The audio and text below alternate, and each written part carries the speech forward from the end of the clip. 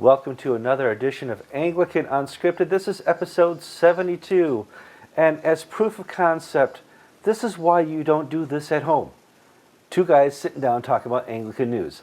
I'm Kevin Carlson. And I'm George Conger. And this week's episode is brought to you by Forward in Faith and 5 Talents. And today is May 17th, 2013.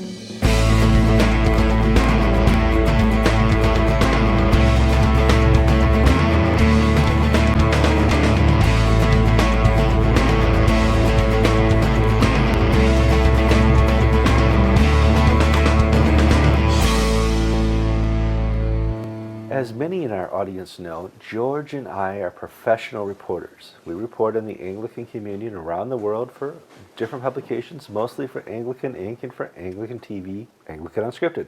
That's why you watch the program. Because we're professionals, sometimes we run across stories that just aren't big enough for one big piece in Anglican Unscripted or in Anglican Inc. So we as professionals decide that we can combine these with other like-minded stories. This story one is one of those occasions where we're going to combine a Tanzania story with a Nigerian story, and hopefully all this makes sense. Little background: in April, George and I reported that Tanzania had a new election for an archbishop. His name was Chimchale, or something close to that. He replaced Archbishop Makiwa.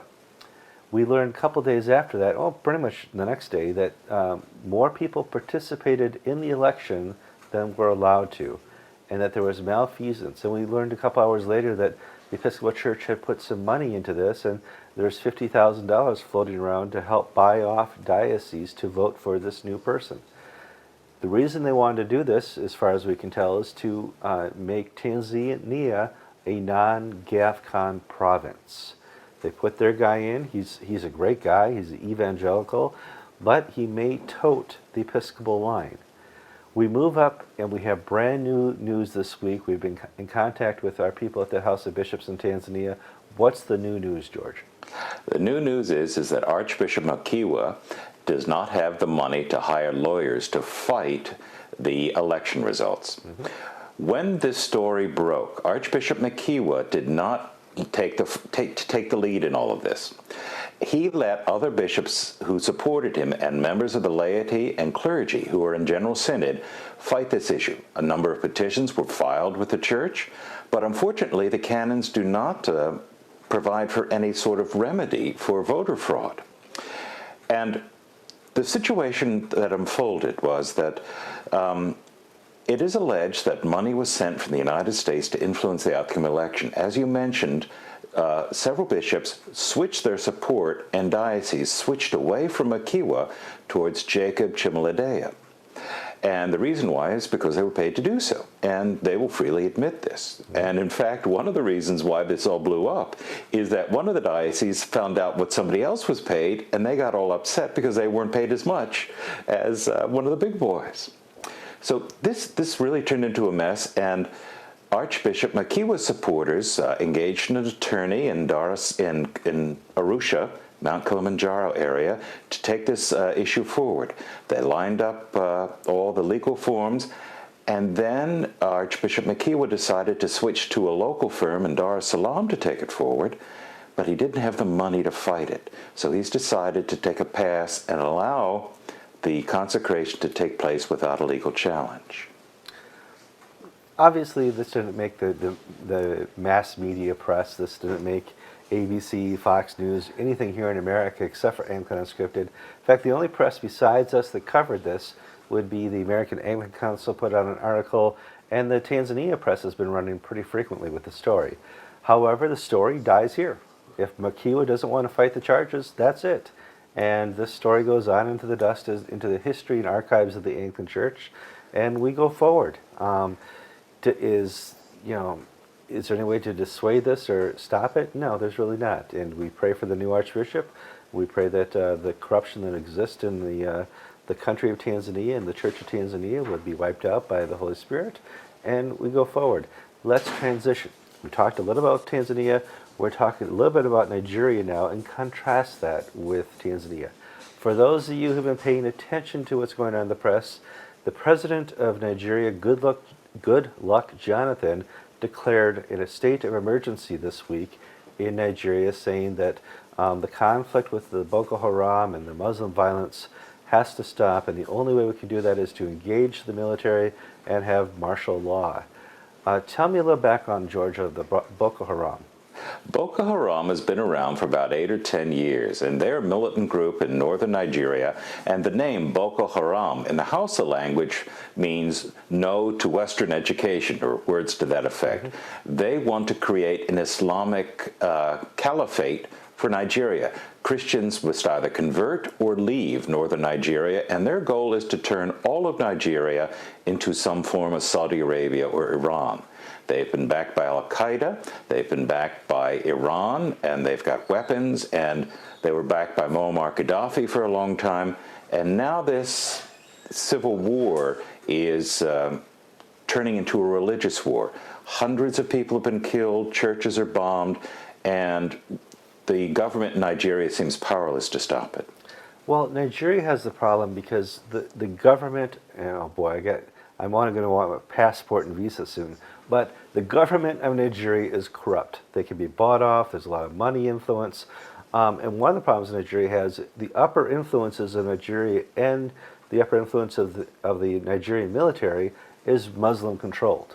So they have no trouble with any violence going on or with the Boko Haram doing what they do, because in the end it'll meet their goal of having Muslims in control of the country, at least the northern region, for some time. We move back and we talk about now the Nigerian church. We talked about the Tanzanian church and talked about its corruption. The Nigerian church doesn't seem to be as corrupt as other African churches, George. Well, the Nigerian church is squeaky clean. Under the last few archbishops, Nigeria has a bad reputation as a country in the West. We all remember these internet solicitations from Nigeria asking us to send money so that they can set up a bank account because we're going to help you with $1 million that somebody has left you. Well, the Church of Nigeria has fought long and fought hard against corruption,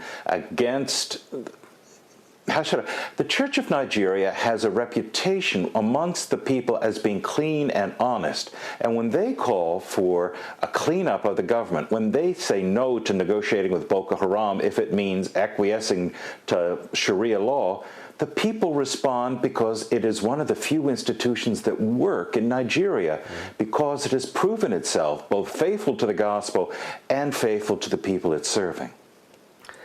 And so there's a contrast because Tanzania also struggles with the Muslim conflict. There's plenty of violence. We had a bombing at a cathedral last week. There's severe violence in Zanzibar and other Tanzania provinces. We have the same violence occurring in Nigeria in the north, and they all want to deal with this the same way, by engaging. Now Tanzania, even though it's corrupt, is engaging at a different level and seems to be able to, at least from what we can tell in the West here, conduct an operation that stops or tries to sniff out the violence, George. Kevin, I do want to just make one little diversion and say we're not singling out Tanzania in particular for being corrupt. No, We've reported on bishops in India going to jail, in Mexico. There's corruption, not universally, but corruption is one of those things that keeps Anglican Inc. and me in business as a journalist. I can always write a crooked bishop story. But for an American audience, for a Western audience, we really don't understand what corruption means. Kevin, do you remember when we were in Dar es Salaam, I think it was 2007, and the Archbishop of Canterbury was going to fly into the airport there, and he was going to be met by, I think it was the Vice President of the country in the VIP lounge. Well, it was closed to everybody. They had police with machine guns, and how magically Kevin and George showed up at the VIP reception. Yes, how did that happen? Yeah, well, George, a couple of Tanzania pounds in his hand. Shillings. Shook the hand of the security guard at the gate. We walked around the metal detector with all of our gear. We show up, and we're the only camera crew there. My footage from that showed up on every network here in America. That paid for the trip, by the way. So, corruption's easy, and money talks. You have, do you remember the scene, Kevin, from the movie Goodfellas, where he brings his date to the Copacabana restaurant, and he goes through the kitchens, and he's handing the maitre d' dollar bills, and they set up a good table for him right in the front row. Mm-hmm. That's how Africa works. Yes. Money is used, and it's a way of life. And so I don't want to say people don't look at corruption the same way they do here, but it is a challenge that the African church is working very hard to overcome. Some places, like Nigeria, and certain dioceses in Tanzania, are winning that fight. And we as reporters, and us as Westerners, and the Anglican Communion have to deal with what we have. And if there's things that happen in the church that doesn't work well for us, or we think that it's anti-GAFCON, or that it's not pushing Christ forward enough, God deals with it too. Corruption in the church has been here since the 1st century. It's not something new. And what we do when we confront it is pray about it. We pray about the leaders of the church. We're commanded to by the Scriptures. We pray for the fellowship of believers. We pray that the Holy Spirit would really have His way with us. And Kevin, there's another little caveat that I want to mention too. We have been told where are we getting our information from? We're getting our information from members of the House of Bishops of Tanzania, from clergy of Tanzania. We're getting this from solid sources. The General Secretary of the Church of Tanzania has repudiated all the things we're saying. He's saying, no, that's not true. And it's very difficult for us to say the Episcopal Church, because could it be a diocese, could it be a parish, could it be 815, has used money to influence an election, because if that's true, that violates a federal law, the Foreign Corrupt Practices Act. We do not have the canceled checks drawn on an American bank. We're only reporting what we have been told by people on the ground. So we have not been able to corroborate it, and it looks like this story, as you said, is going to die its own death. Are you trying to protect us from libel? Bishops don't sue bloggers and journalists anymore. Don't be that's silly. Canada. That's right. We're in America, and it's not like 815 would issue subpoenas for our phone records or anything.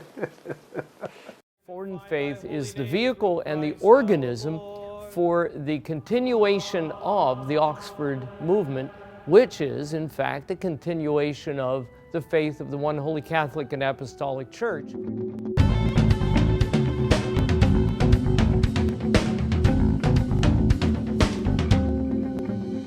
George, I'm looking here at story 3, and okay. Basically, these are follow-up stories to all the previous stories we've reported, not all of them, but some of them. We're going to talk about gay liturgies. For those of you who followed George when he was in Indianapolis, was that where the General Convention was this last year? Yes. Yes. He was stuck in his hotel room typing away all the stories that happened there. One of the stories was that the General Convention passed a temporary, provisional, same-sex blessing rite or liturgy. And it's time for you and I to see what dioceses around the nation have picked up on that and are using it. What are the stats so far, George? Well, according to a source from the Standing Committee on Liturgy and Music, whom I spoke with at the end of March, at that stage, 32 dioceses had reported back that they were developing a gay rights. 15 had said, no, we're not going to do this at all, and the rest of the Episcopal Church hadn't responded. Since then, we've had a few more additions to the list. Minnesota and Oklahoma last week announced that they were going to go forward with gay blessings.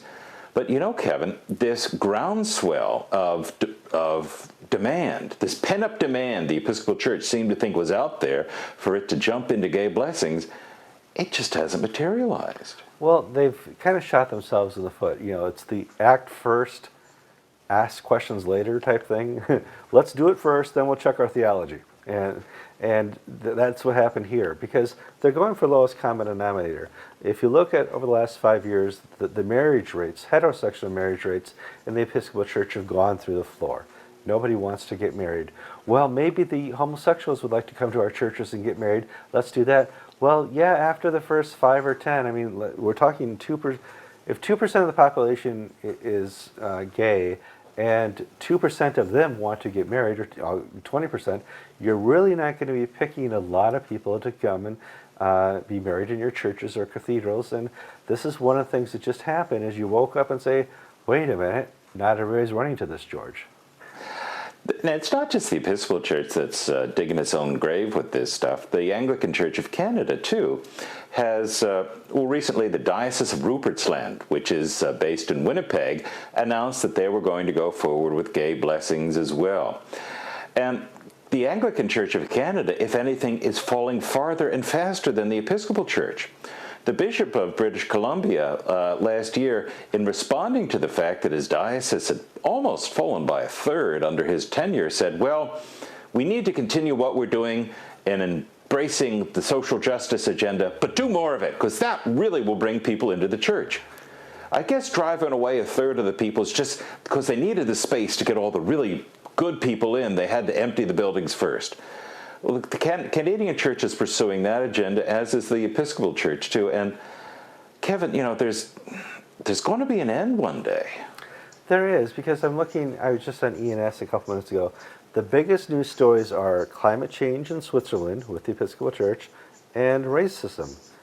If I'm not mistaken, racism ended it's never going to end, but there's no real reason to fight for this because all the laws protect civil rights. And climate change, the math wasn't there last year, and most people gave up on it, except for 815. Pay attention. Episcopal Church, just pay attention to what's happening, and maybe you'll accidentally trip into your theology again and start doing things right. I don't know, George. Well, Kevin, I guess this is purely anecdotal on my point, but my ministry as a priest, as a parish, and as a pastor, I don't have enough time in the day to tell people about Jesus Christ. There's so much to say, so much to share, let alone get into climate change and mosquito nets and racism and gun violence, all these social justice issues. Let the politicians deal with that. Preach Jesus and teach the Bible. There's not enough time in the day to do that.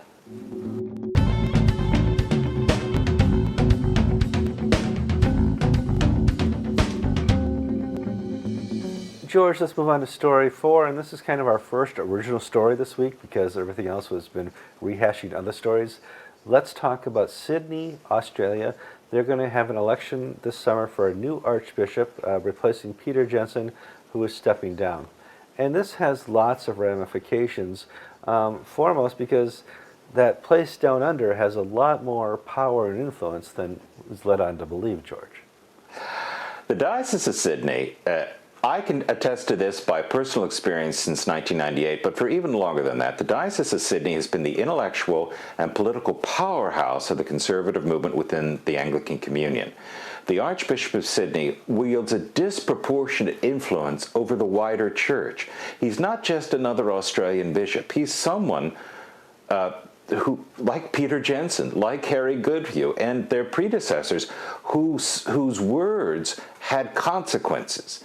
And whoever they elect is going to be a person of towering importance into the wider communion. It's interesting because one of the topics they're going to take on is what we call the lay Eucharist. You've seen what happens when we try to introduce new theological concepts here in America, the gay agenda, homosexual weddings, that whole type of thing. That split the communion. Well, I would not call the Sydney Church Anglo-Catholic in any way, George. I'm not sure if you would. And they want to have a concept, at least the last dozen or so years, called lay Eucharist, where lay people could conduct and celebrate the Eucharist. Well, the scheme that has been proposed is that individuals authorized by the bishop may preside, that's their word, at the Lord's Supper, preside at the Lord's Supper. Mm-hmm. Now, Sydney is proposing something just as monumental as women clergy, as gay marriage, and that is lay people presiding at the Eucharist. Now, the last two archbishops, Harry Goodhue and Peter Jensen, have vetoed this. The Synod has asked for it, but they have not implemented it. If this goes through, if the new archbishop says, yes, I'll allow it, Sydney's influence, which has been for the good on the international stage, will rapidly dry up because the African churches and the Anglo-Catholics in the conservative, and even the high church Anglicans just aren't ready for lay Eucharistic No, it would be a bridge too far, and that's part of the danger in these elections. Their choices so far are a moderate pro-GAFCON archbishop and a conservative pro-GAFCON archbishop. Priest. It's not like we're going to lose the GAFCON influence or they're going to lose their conservative values in the communion, but they have something in proposal form that would probably split even their supporters. Now, one of the things that is, frankly, it's annoyed me about Sydney is they suffer from something, I think it's called the tall poppy syndrome. Australians, as a culture, do not celebrate individual success. The golfer Greg Norman, who's Australian, and in fact he lives a few miles south of me, different neighborhood though, he once said that in the United States, if you buy a new Cadillac, your neighbor says, gee, how wonderful, good for you. In Australia, if you buy a new Cadillac, your neighbor scratches it with his keys.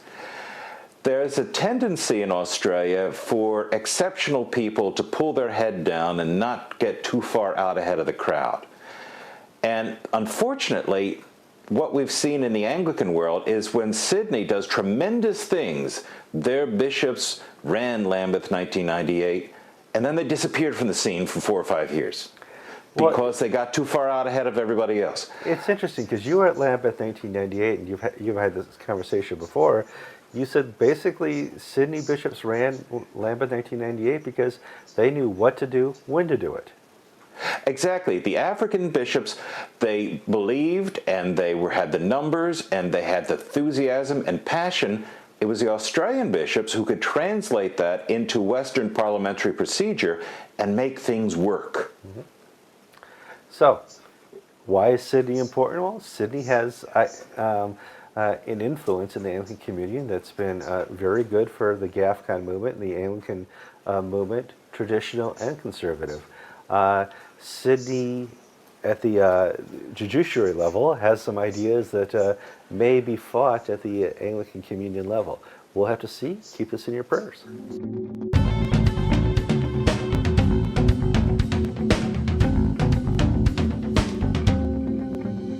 George, I'm happy to report that you and I have done our due diligence as reporters. We covered Africa, we covered America, we went all the way to Australia.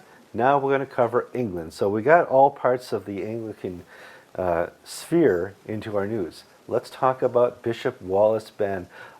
He's obviously a very famous bishop from the Diocese of Lewis in England, which is on the southern coast. And it's fair to say he's the last evangelical Orthodox bishop in the Church of England.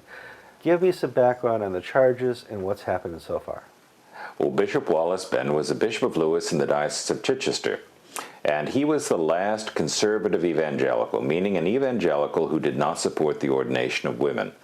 All the other evangelicals in the Church of England's House of Bishops, like Justin Welby, are affirming evangelicals. They support women's ordination, and some of them are a little squishy on the gay issue. Well, Bishop Ben was certainly none of those things. Diocese of Chichester had a whole series of clergy abuse scandals, and the Archbishop of Canterbury ordered an inspection and a report was made out, and Bishop Ben was accused of basically misconduct by not investigating fully, not informing the police. Basically, he was accused of what some of these Catholic bishops in the United States were accused of by shutting his eyes, facilitating pedophile clergy. Bishop Ben completely denied this, but nevertheless he was vilified in the secular press, by the BBC, and also in the liberal church press. And now a report has come out, and the good news is Bishop Ben has been exonerated. He's squeaky clean. He's been exonerated, but he also went dark.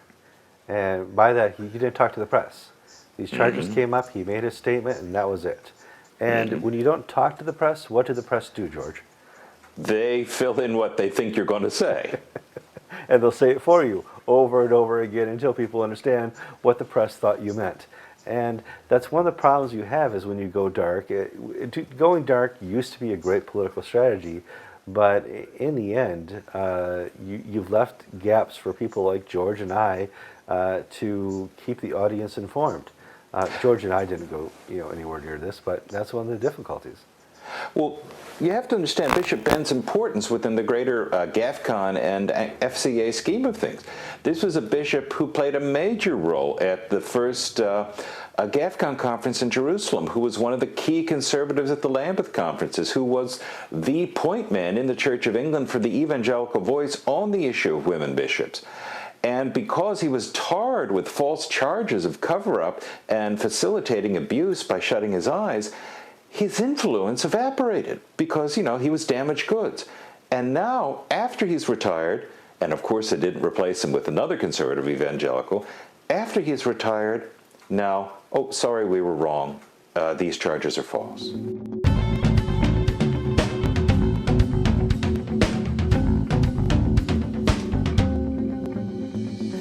Ladies and gentlemen, it's time for our legal segment, and boy, it's not a day goes by we don't have a little bit more news. Let's cover 3 different topics with Alan. We're going to cover San Joaquin, Quincy, and then we have breaking news from Falls Church today. Any updates with San Joaquin? We know that there was a little bit of flurry of activity last week. What's the update this week? Right. The trial judge affirmed his denial of their motion for summary judgment, of the Episcopal Church's motion for summary judgment.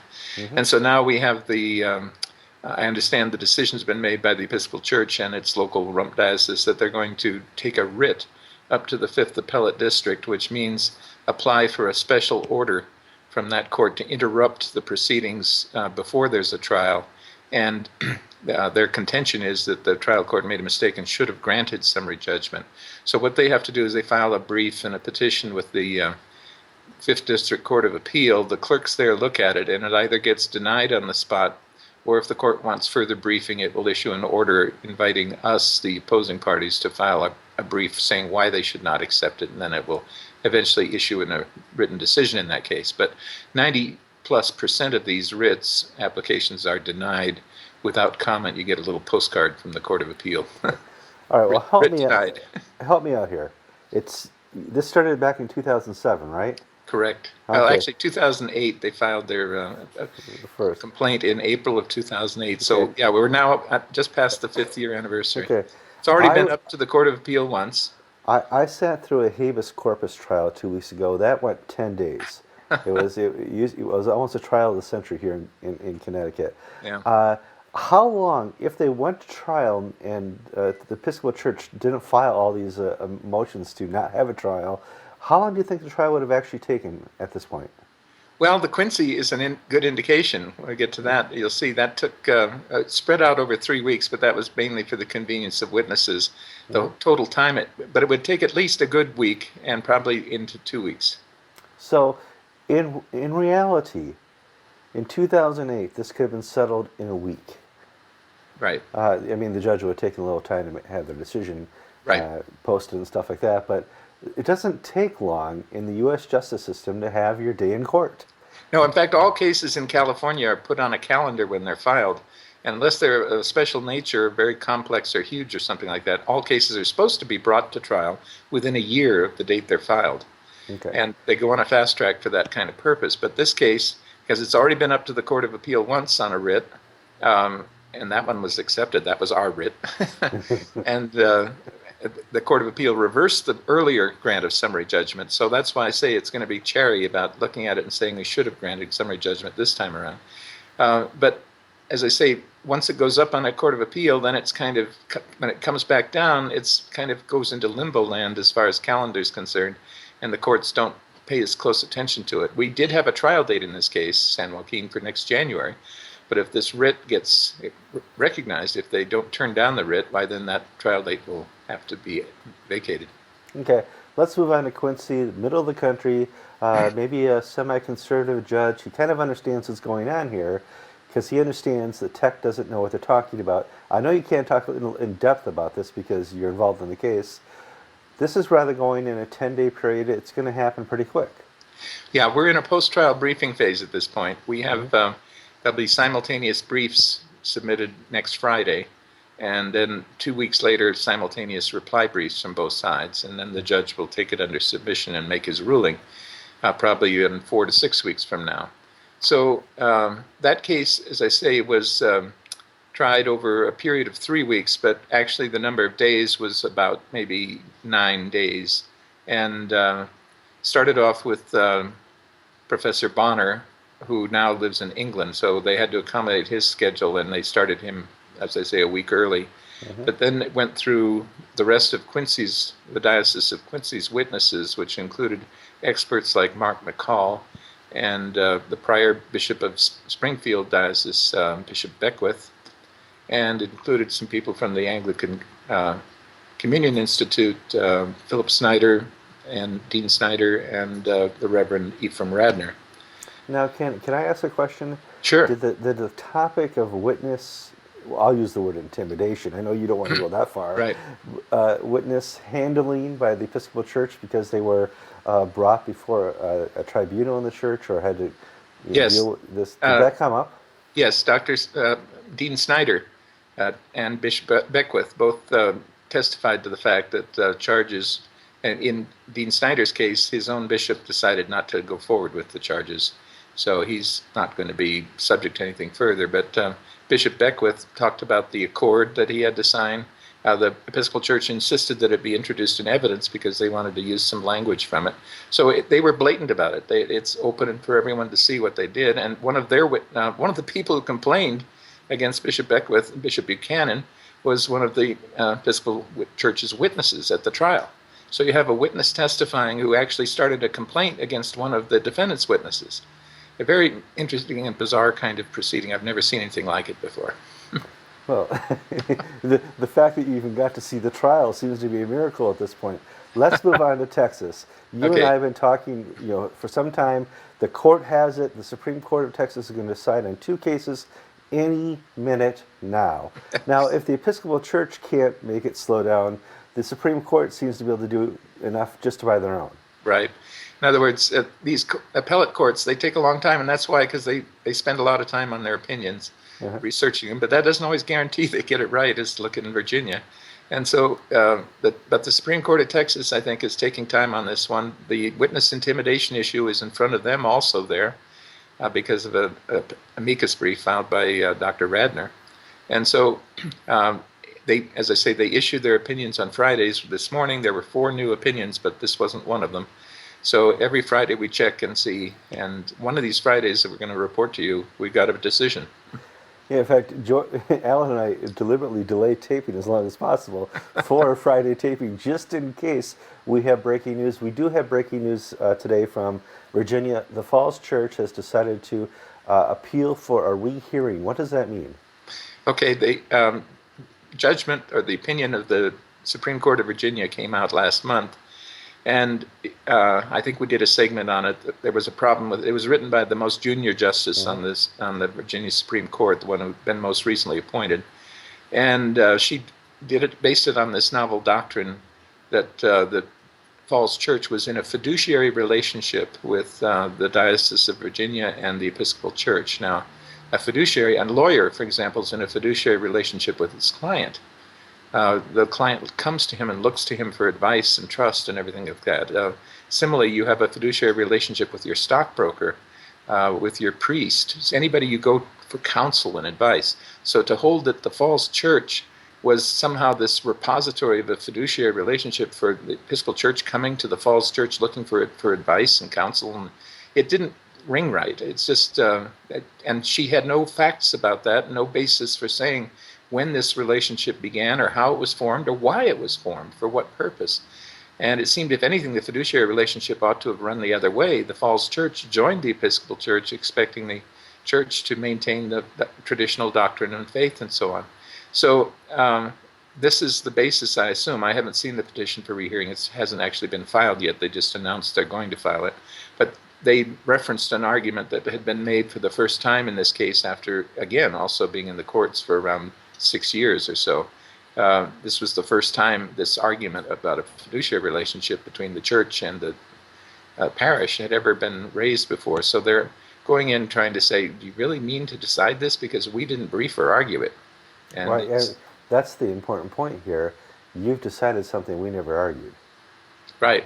And that's, again, a typical problem with a court, for example, where the justices aren't schooled in all the kinds of things that have gone before, and this was a whole new panel sitting on this case after all these years, because all the regular justices recused themselves because they're connected in some way with the Episcopal Church in Virginia.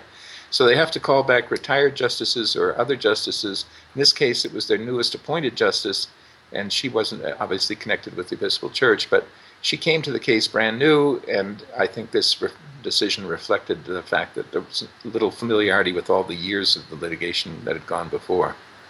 Now, I know that in each state has what we call a bar. You have to Right. take the bar exam and pass it to show you have some legal knowledge. Correct. Is there a bar for judges? Well, it usually is that judges have to be practicing attorneys for at least 10 to 15 years before they get elevated to the bench. That's the normal circumstance. And then judges and justices in many states have to stand for re-election after so many years.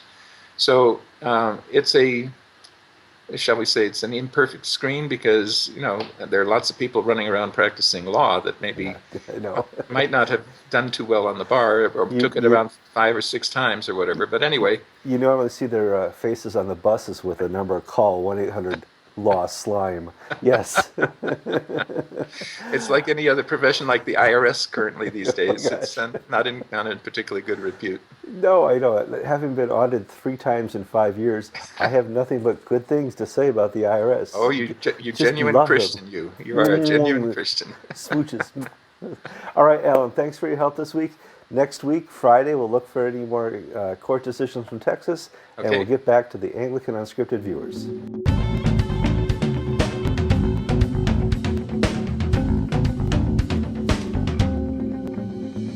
Via the magic of that little thing they dug in the ocean called a broadband cable, I have Peter Old talking to me.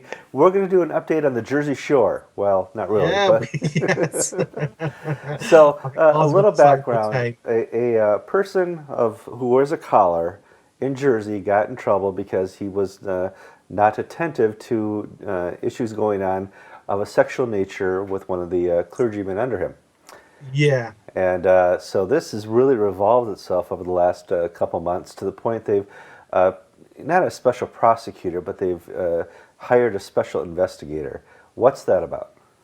Yeah, so as you remember, Bob Key, the Dean of Jersey, had his commission from the bishop suspended because it was alleged that he didn't respond appropriately to a complaint about sexual innuendo or some incorrect sexual conduct. And this was what was called the Chorus report, named after the person who wrote it, Chorus. And the dean was suspended by the bishop, but because of the legal peculiarities of Jersey in relation to England, there was a big question over whether he could be suspended. So in effect, he carried on as dean because his deanhood comes by letters patent from the Queen, but his commission to act on behalf of the bishop, I know you're losing the will to live here. His commission to act on behalf of the bishop comes from the bishop. So 2 different sources of authority. The bishop suspended his commission.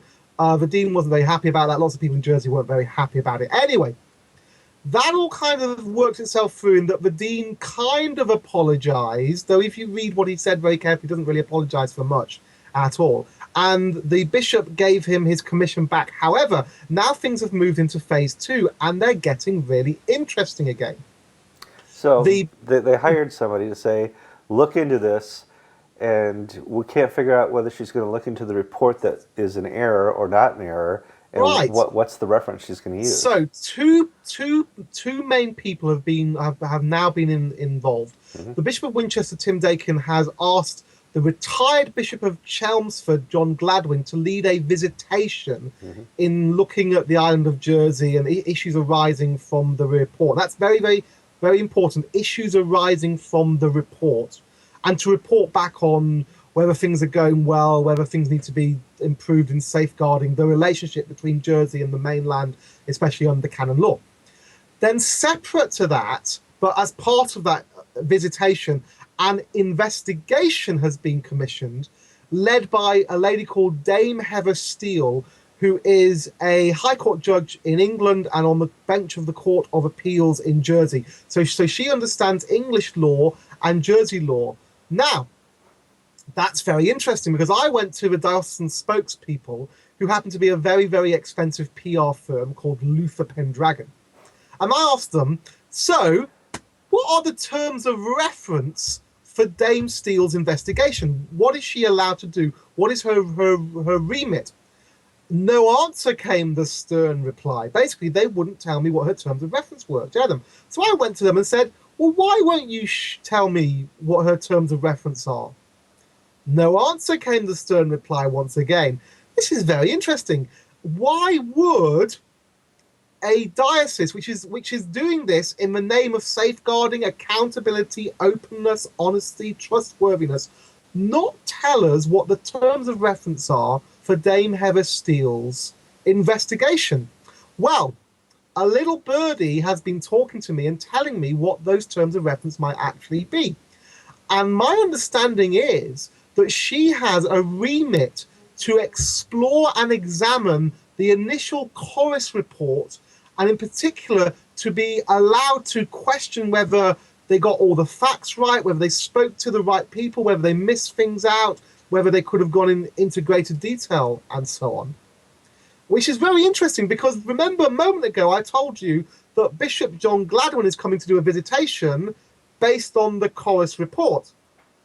But if Dame Heather Steele has been commissioned by the diocese to look into the chorus report and facts around it and to question them, how can Bishop John Gladwin do a visitation based on the report that the investigator is allowed to question the facts of?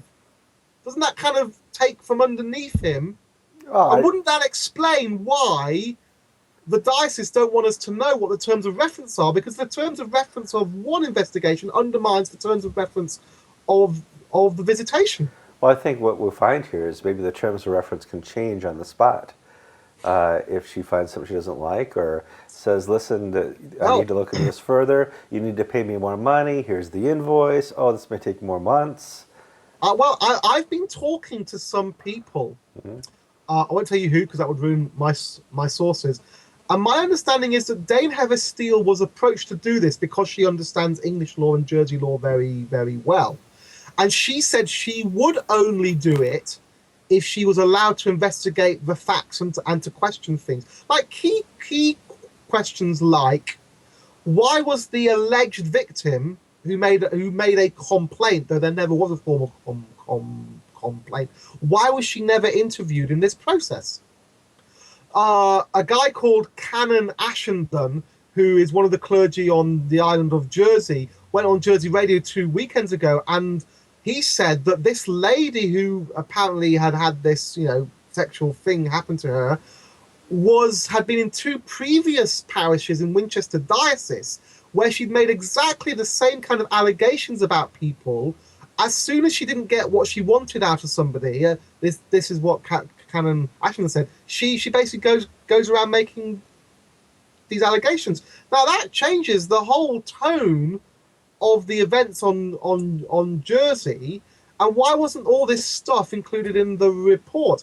By all accounts, this lady, once she got ejected off Jersey, she basically got deported because she was about to face multiple court actions due to harassing people on Jersey. She then set about allegedly harassing the Bishop of Winchester, the then Bishop of Winchester, Michael Scott Joynt, so much so that one person tells me he had to get out a restraining order on her.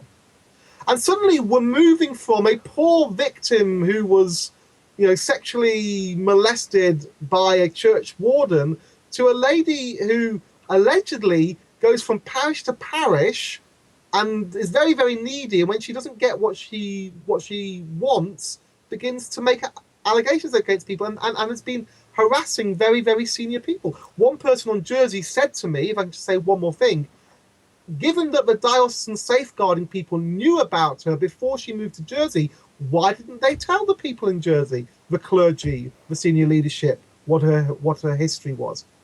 And suddenly everything's up in the air. And it comes back to this. Why would you not release the terms of reference for an investigation in the subject of accountability and openness and safeguarding? What have you got to hide?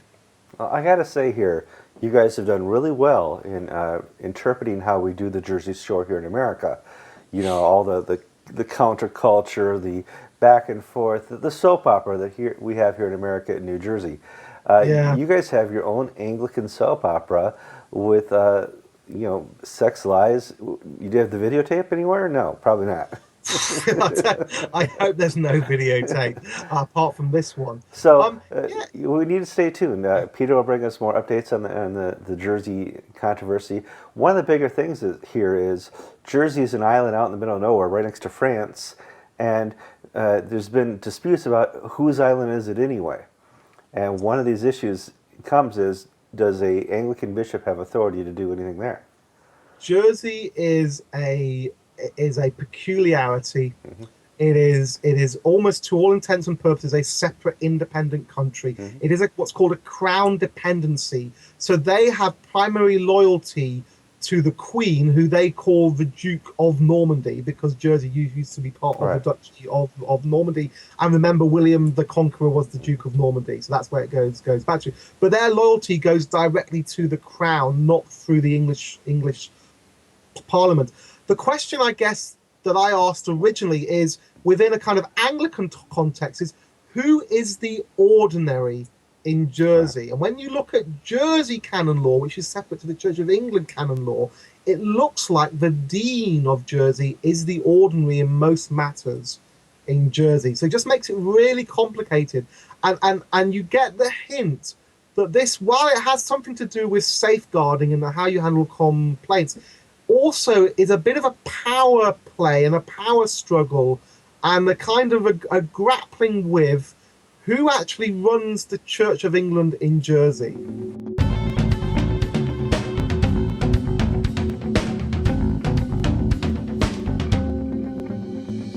George, let's close out episode 72 of Anglican Unscripted. Let's talk about some of the interesting things of the week. I was able to purchase our first plane ticket to GAFCON, one of two. So I'll be flying out of JFK and landing in Nairobi a couple days later. And thank you for that. Your faithfulness in helping us get there is great. Remember that when we're in GAFCON and I have my camera, I am your eyes. You get to be there because the AnglicanTV cameras are there. I want to take a second pair of eyes. His name is George. So we need to raise some more money. Another $1,300 for that. George and I'll have to share a hotel room like we always do. We're Episcopal, we can do that. And go on from there. So please donate. Interesting donation I got this week. We get donations all over the world: Africa, Australia, America, Canada, Mexico. I got my first donation this week got my first donation ever from Poland, George. How are we alive in Poland? Well, we got a very large donation from Stettin in the Pomeranian coast in northwestern Poland, and this is an opportunity for challenge pledges from the Warsaw and Krakow TV markets. Folks, we will give you a tote bag and a coffee mug and our first book autographed if you're one of the first 100 people from Warsaw or Krakow to respond and match this pledge. Matching pledges, liking it. You should be the official fundraiser because I don't do such a hot job. So we're raising more money. We'll talk about that in a minute. Now, our email bag kind of predicts what people want us to talk about. People said we wanted an update on EMEA. We'll do that in a couple weeks. People say we want updates on these types of stories. We'll talk about that as well. George, the most popular request is give us an update on your health. You're still wearing the brace. Why aren't you out parachuting? Well, at the end of this month, I go see the neurologist orthopedic surgeon, and he'll tell me how much longer I have to keep this brace on to make sure my head doesn't fall off. Maybe be able to take it off to sleep at night, or may have to keep it on full time for another 3 months after that. So we'll find out in the next few weeks how that goes. Physically, I've reached a plateau. I've regained use of my right hand, but my left hand is still doesn't work. And as you saw, Kevin, at the Ridgecrest conference, it's painful to watch me walk. I'm not going to be running any marathons lately. And I've been living with a degree of chronic pain for the past few months. Well, it is interesting. When walking with you, you have this scissor Barbie walk. And it's interesting to watch because I don't know if he can stop once he gets going faster. And, it's one of the things that George has to live with. Now, for some of our new viewers, George had a spinal surgery at the beginning of the year, and his recovery is not going as well as intended. His surgery didn't go as well as intended by the doctors. They do hope and think George is going to make a full recovery at some point. They mentioned the terms 6 months. George, I know that's what you're hoping for. But let's talk about how this part of this bad surgery in your life has led to your ministry. This has been a blessing in ways I couldn't really have imagined before. It's given me a degree of empathy, a degree of knowledge into the limitations of the human body. Most of my congregation are older people, the elderly, and quite a number of them suffer from chronic pain. And unless you can conceptualize what chronic pain is like, we've all hurt ourselves, we've all injured ourselves, but chronic pain is a monkey on your back that never goes away. It's a constant pressure, it's a constant presence, it's there with you. It's almost another person who is inside of you, that pain. And I should have been used to it because, for years I've been suffering from chronic embarrassment being an Episcopal priest.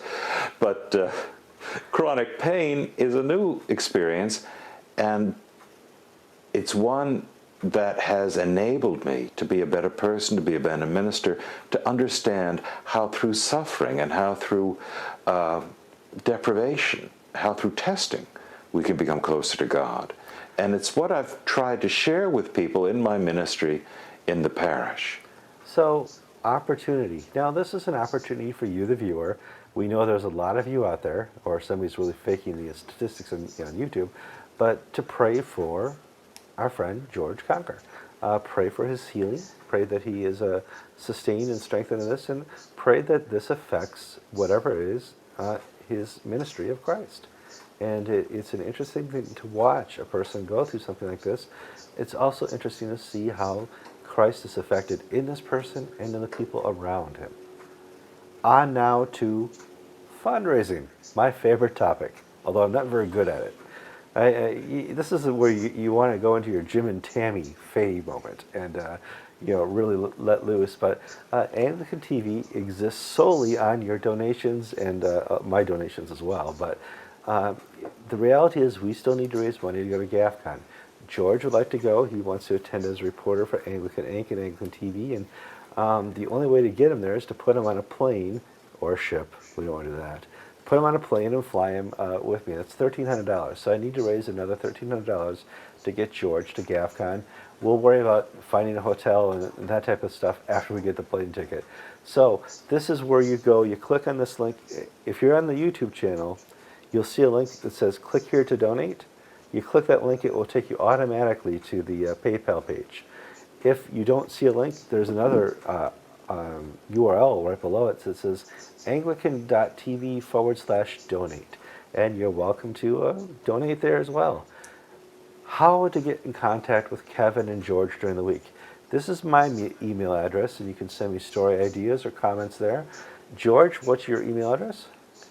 george.conger@aya.yale.edu. That's the long version. I'm posting the shorter version right here. The Geo the Gmail account. The Geo Conger. geoconger@gmail.com. Jeez, why don't you give us something more difficult? And so, what do you say? Dot what? What? Dot. And we're both on Facebook. I'm putting here our Facebook links so you can click and link and like us on Facebook. And finally, this is our Twitter link. You can follow us on Twitter. We're really socially inept at sometimes. I'm Kevin Carlson. And I'm George Conger, and you've been watching episode 72 of Anglican Unscripted.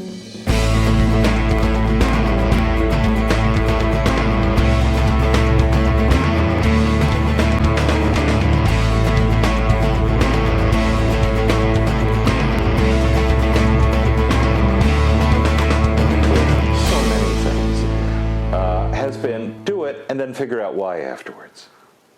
Do it, ask questions later. All right, one more time.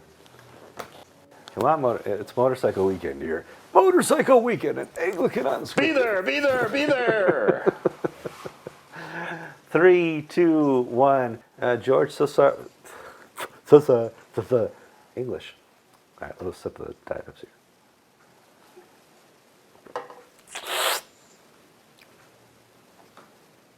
Okay. 3, 2, 1. George, we've done our duties as journalists. We've covered Africa. We've covered America. We covered down under Australia. Let's move on to England. This week, a couple days ago, we got news that...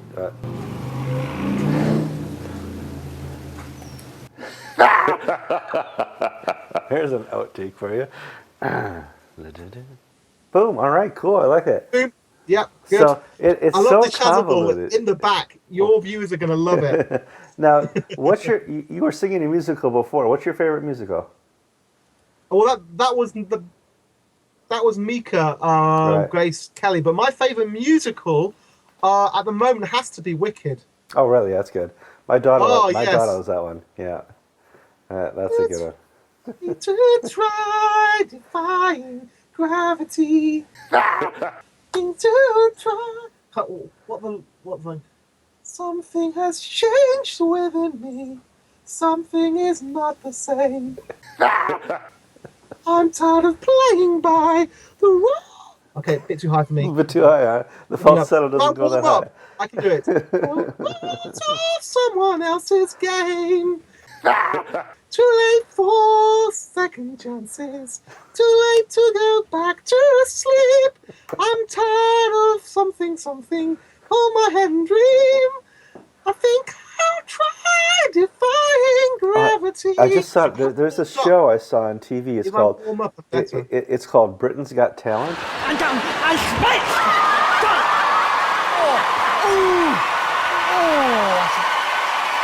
Yeah. You should go for it. No. And the reason why I won't do Britain's Got Talent or X Factor, yeah, which we invented in Unix, Right, yeah. or at least, well, basically Simon Cowell palmed it off on you to make another 10 million. The reason why I won't do it is because I know I'm good, but I'm not that good. Oh,